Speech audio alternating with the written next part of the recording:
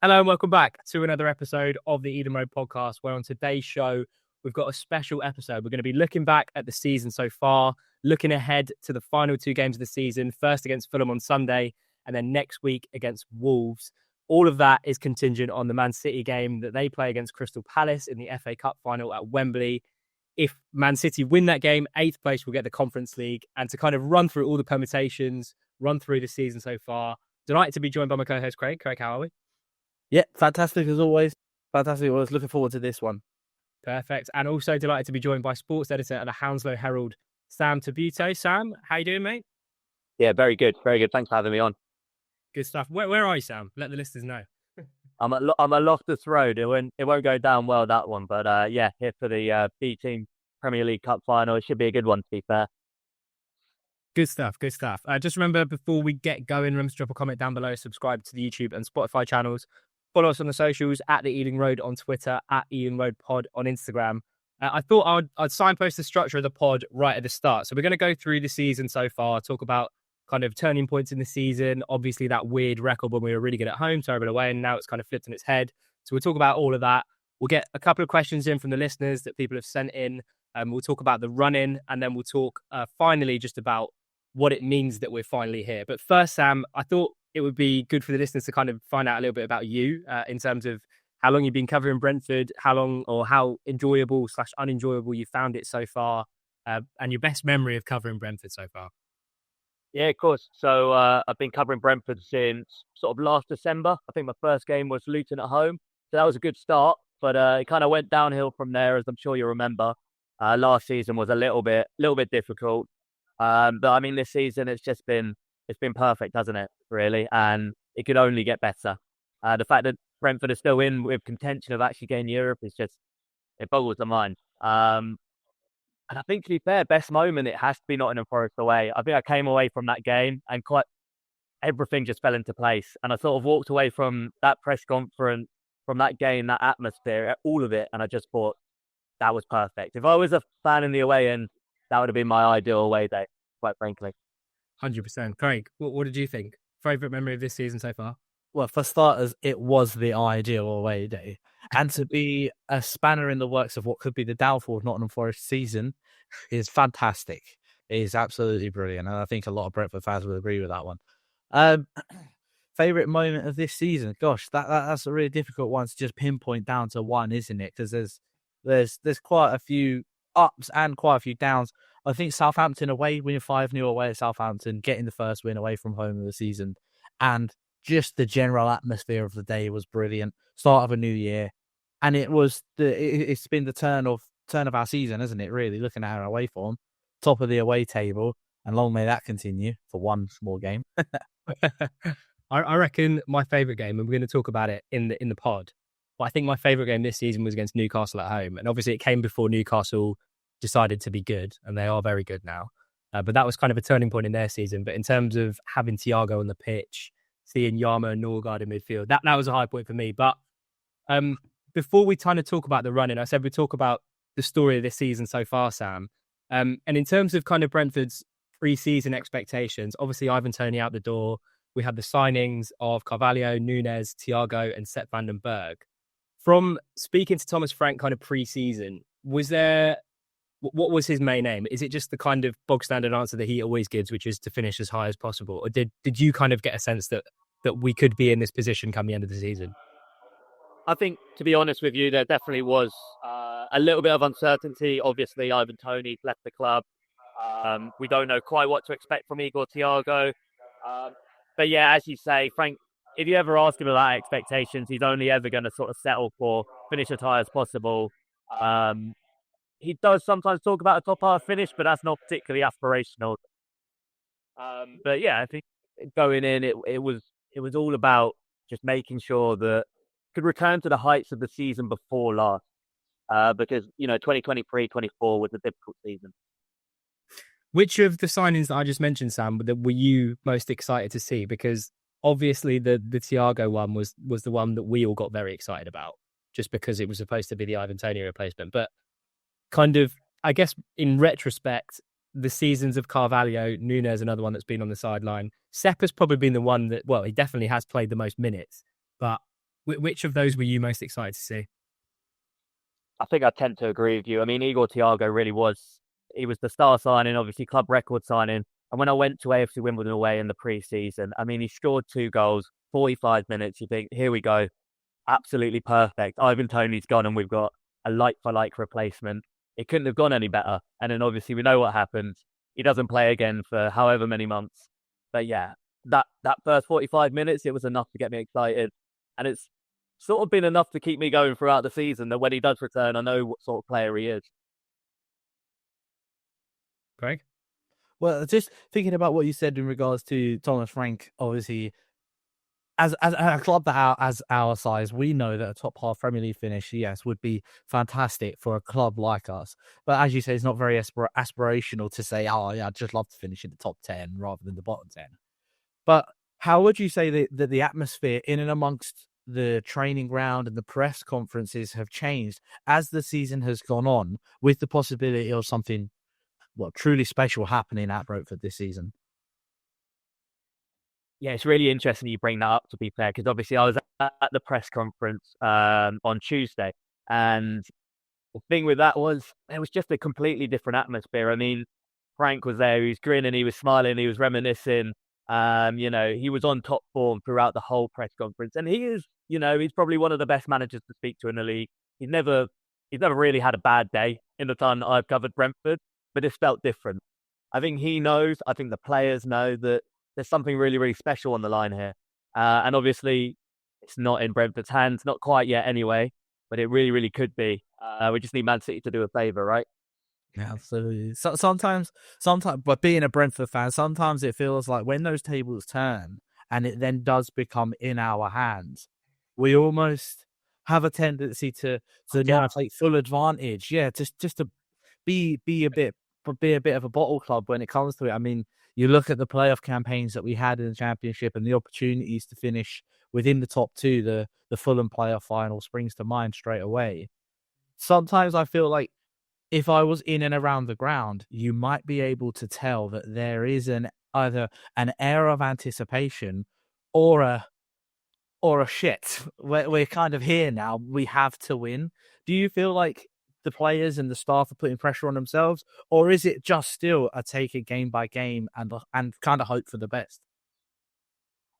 I don't think the players certainly don't reflect it. I don't think the manager reflects the pressure, but I completely understand what you mean about there have been times this season as well, even before Europe was a conversation, where I've gone into games and I've thought, this is the perfect opportunity for Brentford to just sort of take advantage and show what they're all about. I think Everton at home really springs to mind, where you just think that's an Everton team that, they're there for the taking. They should be getting beaten. And Brentford have been so unbelievably entertaining at home. You just think there's one where you really, really want to go out and show what you're all about. It ends 1-1, and you just come away thinking, that's just typical. But yeah, I think Bryan at home really changed that for me, because again, that's another game where you just think to yourself, okay, like a win would be fantastic, but I can see a draw. They came out, they played some excellent football, and they got a really impressive win there. Just in terms of the start of the season, Sam, obviously the away run at the start was really, really tough on Brentford, and we kind of looked at it when the fixtures came out. It's like, oh God, we might not be able to actually pick up any points from the run of away games that we have. Liverpool, Man City, Spurs, and Man United. We were competitive in all those games, I would say, but obviously the home run at the start of the season was played 8, won 7, drawn once. Away run was played 8, lost 7, drawn once. Did you at any point think, because I feel like what we were talking about on the pod was maybe we are about as mid-table as it gets this season. Did you ever see, particularly from those away games against Liverpool, City, Spurs and United, did you see something that could be more than just mid-table from those games? I think the big takeaway from that, in terms of a positive anyway, was the idea that Brentford were conceded in spells. There were these moments in game, and they were only sort of 10-minute, 15-minute snapshots where ultimately that's where the game would hinge. But if they could sort that out, then I think Frank said it, and I tended to agree with him, is that for 75 minutes, these performances were consistent, and they were consistent against some of the best teams in the league. So there was always a little glimmer, but obviously the more it goes on and the more Brentford sort of end up without a win away from home, you start to think, could it ever change? Then it does, and momentum is momentum, and in football, that's just such a massive thing. Yeah, absolutely. We've got to talk about certain players, and I want to start with Mikkel Damsgaard. Now, I've always been a huge fan of Mikkel Damsgaard, and I was adamant in the back team all the way that I felt that he was going to come good. And we started to see that in the back 10, 15 games of last season. And from the first game of this season until now, he's going. I mean, he's probably going to be the player of the season. That's what the consensus seems to be amongst social media. But how impressed have you been by his turn of form going into this season? I mean, completely transformed and completely took everyone by surprise, took Frank by surprise. You ask Frank about Damsgaard and he goes, I didn't even expect this from him, right? And I think the big thing about that, as you say, is staying injury-free. He talks about that durability. And I think Frank also talks about with Damsgaard, where it's not the idea that he wasn't committed, but it's the idea that even if you are giving your all, you can give it 5-10% even more just to get your body right, to stay fit. And ultimately, I think everyone knew he was a talented player. And the fitness really, really plays into that. Once he found his fitness, he found his confidence, he's found his form. Because again, he's another one of those players. I think Brentford have got quite a few of these, but quite softly spoken individuals where they're form players, they're confidence players. And once they have the confidence, say in their body or their performances, then you really start to see their true self. And Damsgaard's like the archetypal example of that. We'll talk about kind of player of the season shouts a bit later on, because Damsgaard, as Craig just said, I do think Damsgaard will be the one to win it. And there are some others that we'll talk about, but I don't like that we have to talk about Mikkel Damsgaard. I don't think we cannot talk about the 1 minute goals, and maybe in like a broader sense, being the first team to ever score consecutively in the first minute 3 games in a row against West Ham, Spurs and Man City. But in a broader sense, Brentford's set pieces this year. Obviously, Keith Andrews was the new addition to the team with Bernardo Cueva leaving for Chelsea. What's been your assessment of our attacking set pieces this season? I think the defensive record kind of speaks for itself. I want to say that we've conceded the fewest goals from set pieces this season, but someone in the comments correct me if I'm wrong. But in terms of the throw-ins, the corners and the free kicks, and obviously the kickoffs as well. Yeah, of course. I think it's always been a massive part of Brentford's game. And I think Frank's quite clear to say that when I've ever asked him about Keith Andrews, it's the idea that he's not ripping up the rule book. He's adding layers. I mean, Frank loves that word layers, right? And it's just, he talks about it all the time with Keith Andrews. He said, credit to him, he's doing a fantastic job. But ultimately, he's come into a club where the culture around set pieces was already excellent. And he sort of added to that. And the kickoff stuff, that was all his idea. He worked on that. He obviously perfected that. And I think what we're starting to see as well towards the end of the season is really these long throws as well. Coyote, he's got an excellent long throw. Sharda as well, surprisingly. You know, you'll never see Sharda in the box, considering he's so good at attacking a ball, heading a ball. He'll actually be taking the long throws. And obviously, you know, maybe 3, 4, 5 goals, I can't think specifically, have come from these long throws. And it's just, that's so Brentford. It's taking advantage of these margins. And it's really, really worked in their favour. In terms of the game, Sam, and I mentioned it at the top, like a flashpoint in our season, similar to Brighton in a way, maybe like a sliding doors moment. Obviously, this didn't prove to be because of the injuries, but Newcastle at home for me was kind of, I think at least, the best that we've seen from Brentford from an attacking perspective. And it's a bit of a weird one because we actually set up in a back three that day. But I just thought, in terms of what we lost with Ivan Toney leaving, what we lost in terms of having that direct outball sometimes that would benefit us against the bigger teams in the league, we had on that day with Thiago. And it was a game where Carvalho started as well. It was the first time that we'd kind of seen the best of that Yarmo-Norgard pivot. And I guess what I want to ask about Carvalho specifically, where is his development? Because he's one that's kind of gotten a lot of shit from people on social media for some of his performances. I think the Plymouth game was the one where he was kind of singled out to be, he just looked off the pace. But I think what we kind of said on the pod was you can't expect him to gel in a team that's had so many changes to it. But in terms of that game and in terms of Carvalho and Thiago, is that kind of something that we can see, that we can expect to see in the future from Brentford? Yeah, 100%. I think there was an interview that Phil Giles did on the BBC. He was asked whether Thiago and Carvalho play into future-proofing this side, and he completely agrees. I mean, obviously, I think Thiago speaks for itself, but Carvalho's maybe one where fans wanted a little bit more clarification about where his future was. His future's definitely at Brentford. Obviously, Brentford have such a good track record of making transfers work, giving them time, being patient, and ultimately, whenever the idea of Carvalho sort of being out the side, not getting minutes, potentially leaving, I think there was some rumours in January. Frank's been really, really quick to dismiss that, and he's defended Carvalho to the hilt. There was a very specific one I remember where he was getting asked consistently about Carvalho. I don't think he played particularly well in a B team game, something like that. Was then asked in a press conference about his sort of first team involvement, and Frank was adamant. You know, he said he's had a tough season, but ultimately this season's about adapting to a style, and he perhaps gets misrepresented a bit because he's a player that doesn't look like he's trying. But I think that's something that's leveled at him, right? Is that he looks lazy, or he looks like he's not bothered. And Frank was really, really quick to dismiss that and said, on the training ground, it's 100% from him. You know, he's never ever stopped sort of trying to compete, trying to get in the team. But ultimately, Damsgaard's just been in the form of his life. And as soon as he had that goal off the bench against Leicester, we all thought it was going to sort of take off for him. He then gets a dislocated shoulder, and it's game over for him. His season's over. But I wouldn't read too much into the idea that he would be looking to leave in the summer. I think Frank's very clear that his future is at Brentford, and ultimately he's still a very young player. And so these things take time, and I would judge in another 12 months, basically, is my opinion on that one.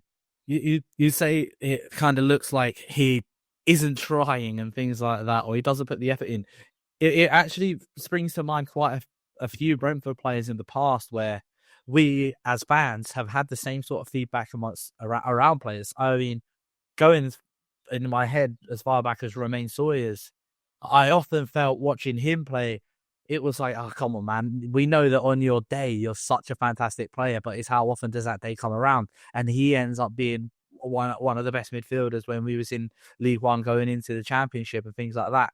And then at the start, Matthias Jensen as well. Even he was one that a lot of people felt like he wasn't putting in the effort. So I think you're right with Thiago. We've got to give him the time to adjust to the Carvalho. You've got to give him time to adjust to the team, and he will come good. He is young, as you say. I think we just got to give him a bit of time.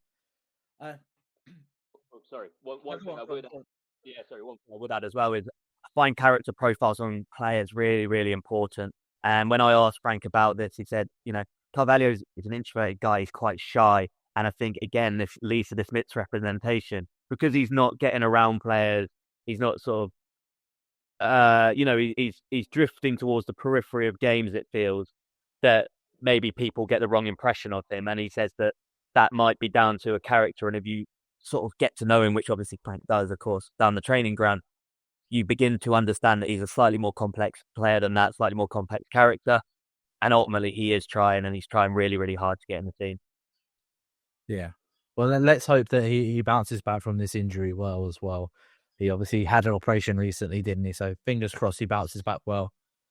Just, you mentioned already Thiago coming in and Ivan Toney of last season. Now, losing Ivan Toney in the summer and then losing Thiago's in pre-season meant that we did have to really change our style of play. We couldn't really go as direct as we wanted to. The Route 1 football that we did with Ivan Toney wasn't really something that we could do. Although Kevin Schade probably could have done that job, as you mentioned. He's so fantastic in the air. How do you feel that we adapted to the Premier League this season and how our style has had to change? And being around the training ground when Thiago came in versus now, do you feel like there has been a change of the way we're training as well as the way we're playing? So I think a big thing that Frank always mentioned, and he tried to mention this last season, but obviously sort of hamstrung by injuries, is that they want to control games more. They want they don't necessarily want more of the ball, but they want to be able to play the game on their terms. So slow the game down, bring the pace up. Obviously, Brentford are fantastic in transition, but then the issue with that being is it can lead to these sort of helter-skelter games that we were getting at the start of the season where you're winning 5-3 against Wolves, you're winning 4-3 against Ipswich, and Delap's hitting the post in the last minute. And even though you scored in the 96th minute, you might not have won the game, right?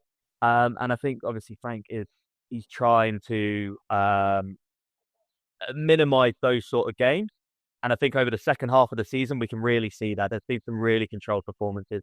I'm thinking West Ham away, where they've completely played West Ham off the park. But because they've only been able to score one goal, they still left them with a little bit of an opportunity, but they snuffed it out. Then obviously Southampton away, Leicester away. Those were all out control, didn't give them an inch. And I even think against Ipswich, obviously Mark Bleckens had to come in and he's made a massive save at the end, but they controlled that game for large periods. And a game that really threatened to sort of get out of hand. It was really, really physical. The crowd were on top of the ref. It could have really spiraled, right? And I think they showed their maturity, they showed their control, and they showed the spirit of being able to play a consistent starting lineup and being able to play together. I think that's just been so important. That is something that we spoke about a couple of days ago, Craig, in terms of this period where we're hitting form at just the right time, it seems like, has coincided with a bit of consistency in the starting 11, which is great to see. Now we're kind of seeing maybe Thomas Frank's preferred lineup with regardless of injuries, whereas I think towards the start of the season there was chopping and changing in the back line because of the injuries. But one thing that we should talk about, because fans will want to hear us talk about, is this the winless run at home that kind of coincided with our cup exits. And as someone that speaks to Thomas Frank in press conferences, I guess because as fans, I feel like the Newcastle in the Carabao Cup in the quarterfinal was a really frustrating one to see. Mbeumo, Damsgaard and Norgard all rested. Then the Plymouth FA Cup exit was 7 changes to the starting 11. But having spoken to Thomas Frank throughout the season and getting his thoughts on the kind of cup competitions, is it something that he values as much as other managers potentially in the Premier League value? Yeah, no, completely. Because he's, of course, been asked about this quite a lot. And he's completely adamant that the cup competitions mean a lot. I think the Newcastle game, it struck me by surprise, to be fair, that he rested players for the Newcastle game. But ultimately, he's only ever spoken highly. Of course, winning a trophy would mean sort of everything to Brentford, and he completely understands that. And ultimately, he's, made some quite passionate tirades about the scheduling and how, Brentford haven't been helped out in their pursuit of trying to get to these finals, semi-finals, etc. So I think, you can sort of gather from his passion that this isn't something that it doesn't sit well with him, the idea that other teams are perhaps getting a little bit of a favour in terms of scheduling. And I think, again, going into next season, Carabao Cup, FA Cup, these things are going to be on his mind. And I'd like to think that he'll maybe show a little bit more bravery in his lineup. I'm just getting a little bit ahead of myself thinking about next season, and that if we do get, I know we're going to talk about it. I'm sorry, I'm going off on tangents here with the way that you're saying it. Is if we do get into Europe this season, I would actually, as a fan, go the opposite direction and say I really couldn't care about the FA Cup and the Carabao Cup next season if we're able to put in consistent good performances in Europe. If that doesn't happen, touch wood, it does happen. But if it doesn't, I would like us to take those cup competitions more seriously. Now, we obviously went on quite a long run, not winning at home, and then we draw out Arsenal, which was a great result for us, sandwiched in between 2 Real Madrid games for them. But it's still a good point to be able to go to the Emirates and not lose. And that game was where we got the real first highlight of Michael Coyote and the overlapping runs and things like that, and the difference that he can bring to the team, which was then reflected again against Brighton when we beat them 4-2 at home, which feels like a real sliding doors moment, and it feels like our season has kind of changed, but that consistency that Mike mentioned earlier on has benefited us. Do you think that those 2 games have been the turning point in what is going into the last point of this season? Yeah, 100%. I will say that they've just turned on the music. I think they're playing. I can't even think what they're playing. He Wants to Be a Millionaire. All right, no idea, no idea. You can hear that. I don't know what to say to that, to be honest with you. But yeah, I think with regards to the home form, it was a funny one where every time he sort of spoke to Frank, he always brought it back to the consistency of the performances. And ultimately for him, he looked at the fixture list and he was big on that. And he said, you know, we played some really, really tough teams away. We've now got to play them at home, blah, blah, blah. And then with Coyote as well, I mean, he's just been excellent, right? And the overlap in runs, they're just, considering what we were used to with Aya, and Aya's brilliant, but ultimately he's not offering the same sort of offensive power that Coyote is. And yeah, he's just been a breath of fresh air. I mean, around the training ground as well, more than anything else. Like, superb character and just a really, really good player. He's a little bit wild in moments. I think there was a shot against Nottingham Forest where you just think to yourself, hold on to the ball, right? But ultimately, if you're going to put in performances like you did in locking up Alanga and then going ahead against Man United and laying on an assist, and he can go both ways basically. And he's a young player. There's going to be ups and downs, and ultimately he needs to find some consistency. But for now, he's an absolutely unbelievable sort of asset to this team, and just something that Brentford's defence has not been used to for such a long time. It's just a fullback who can push on and provide support for Mbeumo. In terms of a constant throughout the season, Sam, it has been the front three: Bryan, Mbeumo, Yoane, Wissa, Kevin Schade. Bryan's got 18 goals, 7 assists. He's just been nominated for Premier League Player of the Season. Yoane Wissa, 18 goals, 18 non-penalty goals as well, which makes it even more impressive, and 3 assists. Kevin Schade's on 11 goals and 2 assists. I thought we could kind of go through them one by one. Who's been your standout? Do you see them staying at Brentford? I think Kevin Schade is obviously the safest one out of the three. And yeah, how would you evaluate the front three? Because I don't think it's crazy to say that we've probably got one of the best in the league at this point. Definitely one of the best in the league, potentially one of the best in Europe. I mean, it keeps on getting bounded about, but Brentford are in the same conversation as Barcelona's and Bayern Munich's and Liverpool's for goals scored and stuff. So, I mean, Frank's loving every moment of that when it's getting brought up in the press conference, and why wouldn't you? But, I mean, Mbeumo's the standout player, because I think this season especially, he's shown that he can take control of games. And I love Wissa, and I think he's probably the most underrated finisher in the Premier League, full stop. I mean, his conversion rate is ridiculous. It was certainly the best in the league earlier on in the season. I'm not sure if that's the case now. But ultimately, the way I see it going, I think Wissa stays. I think for me, the only places I can see him landing are potentially sideways steps. I don't think he necessarily pushes up, whereas in Mbeumo, his ceiling means that a Newcastle are probably in for him, and Champions League football can be offered to him. And if Salah hadn't left, I would have backed him to go to Liverpool. That's who I'd been saying should have taken a look at him. And then with Schade, he's shown since the turn of the year that he's really come on, and the power of consistency again. I think he spoke about it in an interview, but ultimately he was injured. He was then not seeing too many consistent minutes, and it was really sort of hampering his form. And he was struggling for this confidence in front of goal. I think there was the Carabao Cup game against Sheffield Wednesday where he scores, but he doesn't really score. It's a little bit of it's not a confident finish, basically. And that was a big sort of a picture of where he was at that time in the season. But since the turn of the year, he's just been excellent. And obviously he offers so much in the air. He also offers so much in terms of running in behind.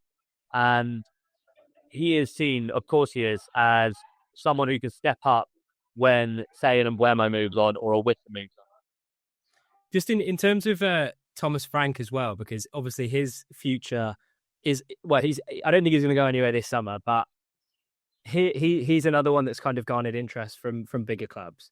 But I think, where do How would you sum up his relationship with his players? Because I was actually listening to a podcast that Brentford fans should know about if they haven't already, with him and Bryan and Mbeumo. They went on John O'B Mikel's podcast, and the way they spoke about Thomas Frank in terms of his man management was just, it's all you want to hear as a fan of your club. You want to hear that your manager is friends with his players, but also can strike that balance between friend and leader and manager.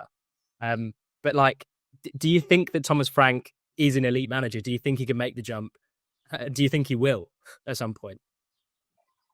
I think he's an elite manager. I think he could. I think it depends on whether he wants to.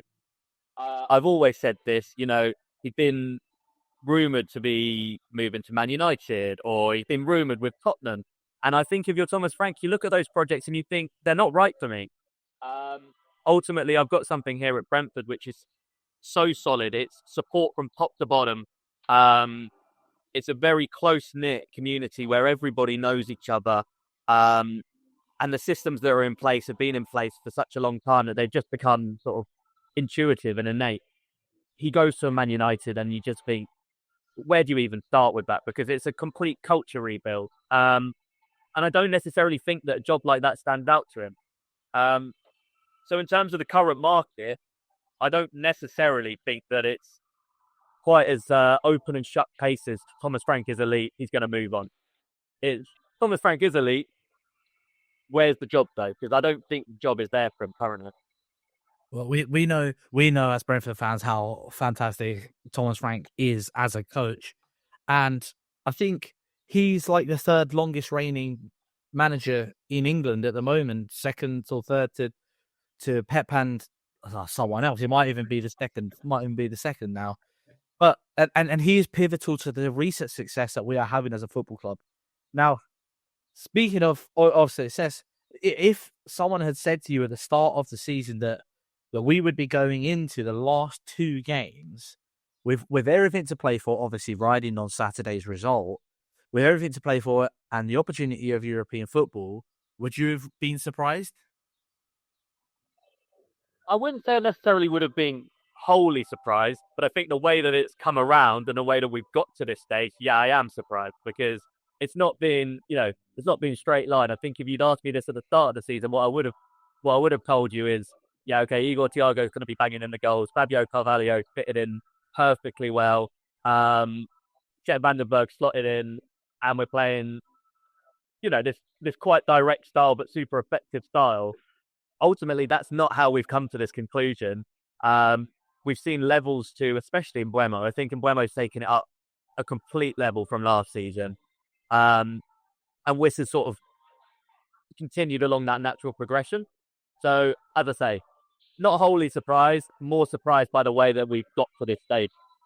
It's just to add to that, it's crazy to think that at the start of the season, we didn't win any of our first 8 away games, picking up only 1 point. And then come the second half of the season, we don't win at home for, I think, 8 games as well, at picking up a point here and there against Chelsea and Manchester City. But it is crazy, really, when you think about it, that there's 16 games. There's a 16-game spell there that we're talking about. I know that there are a couple of cup games that we're talking about where we aren't picking up maximum points, but we're still going into the last 2 games with the possibility of European football. Does that show the how well we are doing as a team this season?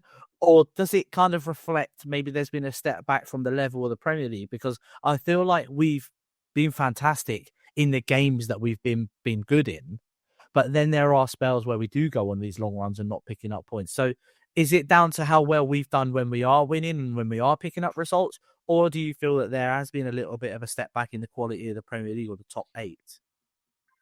I think this is like a really interesting talking point because it's one that's like really sort of played on my mind the whole season, because I'm of the belief that the standard of the Premier League has raised, sort of indefinitely, because I heard a lot of talk. I mean, obviously Liverpool sort of sauntered to the league, the relegated teams, to be fair to them, except Ipswich didn't really put up much of a fight. I mean, Southampton and Leicester in the 4 games I watched them were genuinely dreadful.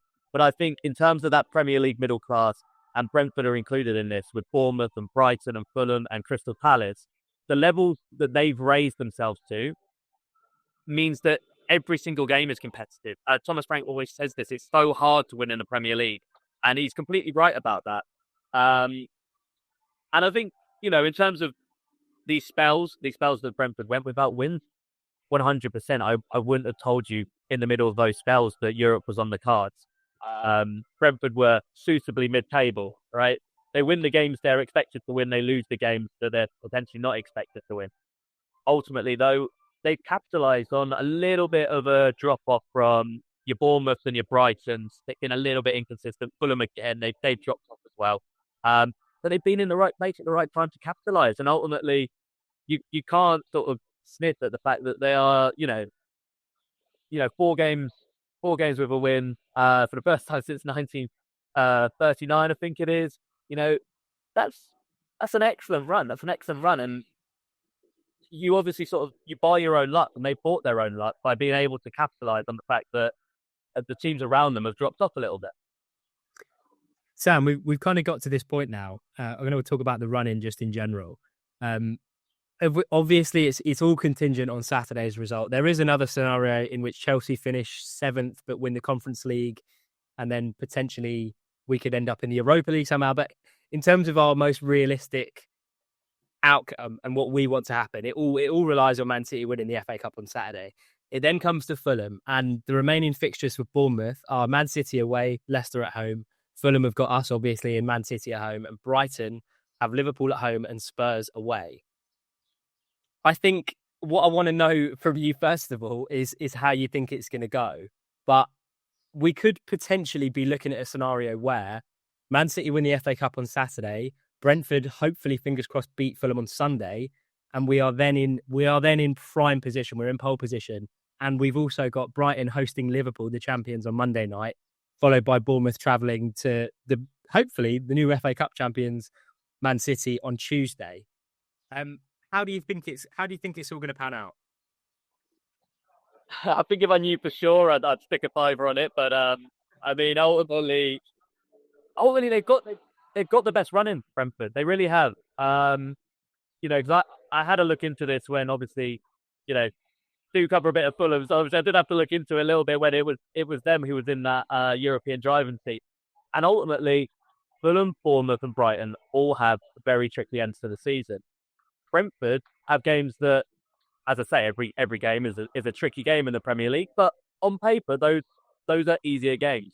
And I think the way that Bournemouth and Brighton are playing, you can reasonably suggest that there's going to be some drop points in there.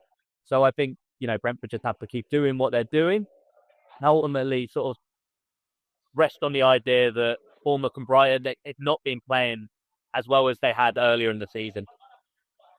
There's a scenario that we go into the last day 3 points ahead of Brighton and having at least seven goal swing on them. Even the party.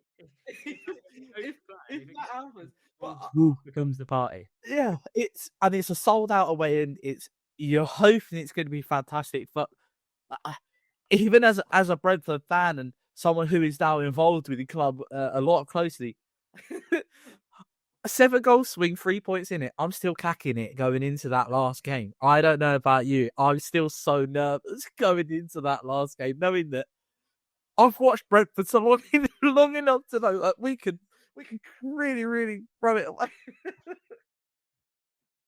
I think nothing's impossible, right? And as I say, Brentford have shown time and again that they're suitably mid-table. They can take you one way and they can take you the other. So yeah, I wouldn't say anything too different on that one. I think definitely it would be nervy. It would be nervy regardless of the situation they find themselves in. But as you say, they can put themselves in a really, really good spot. And ultimately, I think the biggest game of the weekend, Saturday. If you get Saturday out of the way, then really you have to start. You have to start dreaming, because at that point it's 2 games. I think a month ago you would have sort of said, okay, there's a few games to go. Okay, 2 games is, yeah, it's enough to get excited for sure. Let's hope and pray that Man City do what we're hoping that they do. Looking ahead to the Fulham game on Sunday, as much as I don't want to, we have to talk about the reverse fixture. and what the hell happened at Craven Cottage. Being in the away end that day is arguably one of the most horrible feelings I've ever had as a Brentford fan. It's difficult to say that because, as well, I don't feel like we actually deserved anything that day. We was really poor. We're at the other end of the season now, where fortunes have switched. We're the team that are now in form. Let's say that Manchester City do win on Saturday, and I'm hoping that they do. Going into this game on Sunday, how do you feel, and how do you feel the press conference prior to that one is going to be going into it as well? No, I mean, I think the pressure's it's going to be ramped up. If Man City get a result, it's going to be a newfound pressure, and it really will be interesting to see how Brentford handle that, because, a West London derby is enough, right? But it could all be on the line, right? And I think, so obviously we talked about the reverse fixture. It's the one performance of the season, and that Thomas Frank has said was terrible, was bad. And genuinely, he hasn't said that about any other game. Brentford have lost games. He hasn't said that. He's always categorically said that it was Fulham alone where he was really unhappy with the performance. He did lighten on that, soften on that a little bit in the press conference in the week. He said defensively, actually, for 90 minutes, they did their job, and they were correct. But I think the problem was that control. They weren't able to control it again. They took a slightly fortuitous lead, a long shot that, Brentford don't typically like long shots. Frank doesn't like long shots. They score one, they take the lead, but they're not able to sort of play the game at their tempo. It's all on Fulham terms. And I think that's what really frustrated Thomas in that game. But yeah, as you say, the tables have turned. Fulham, they look deflated. I was at the game in the FA Cup where they lost to Palace, and that just knocked the stuffing out of their season. They haven't been able to recover since. So, Fulham, they won't lack motivation, but they're a wounded animal. And Brentford, if they're serious about this, they have to take it on, and they have to sort of show that they are European caliber. Well, let's hope that all goes according to plan. Let's hope that Brentford do win the derby on Sunday. And if they do, Craig, like you said, I think Wolves becomes a little bit of a party day, because, as you mentioned, the goal swing, I mean, it's not outside of Brentford's reach to go and get hammered 7-0 at Wolves, when everything's on the line. But let's hope that doesn't happen. Sam, it's been an absolute pleasure. The Ealing Road podcast will be back after Fulham on Sunday. Sam, where can people find you, mate? Yeah, Twitter's the best place to go. So at Tabuteau. I'm always on press conferences. Obviously, I'll be doing the B-team game tonight. Hopefully, that's a victory. Some big West London derbies this week, right? So start the weekend off in the right frame. But yeah, Twitter Tabuteau. That's the best place to find me. Good stuff. Remember, just before we get going, drop a comment down below with your thoughts ahead of the big weekend. Do you think Man City will do it? Can Brentford get the win over Fulham on Sunday? Let us know in the comment section down below. Subscribe to the YouTube and Spotify channels. Give us a follow on the socials, at the Ealing Road on Twitter, at Ealing Road Pod on Instagram. Craig and Sam, it's been an absolute pleasure. Up the bees. Lovely. Thanks for having me on, guys.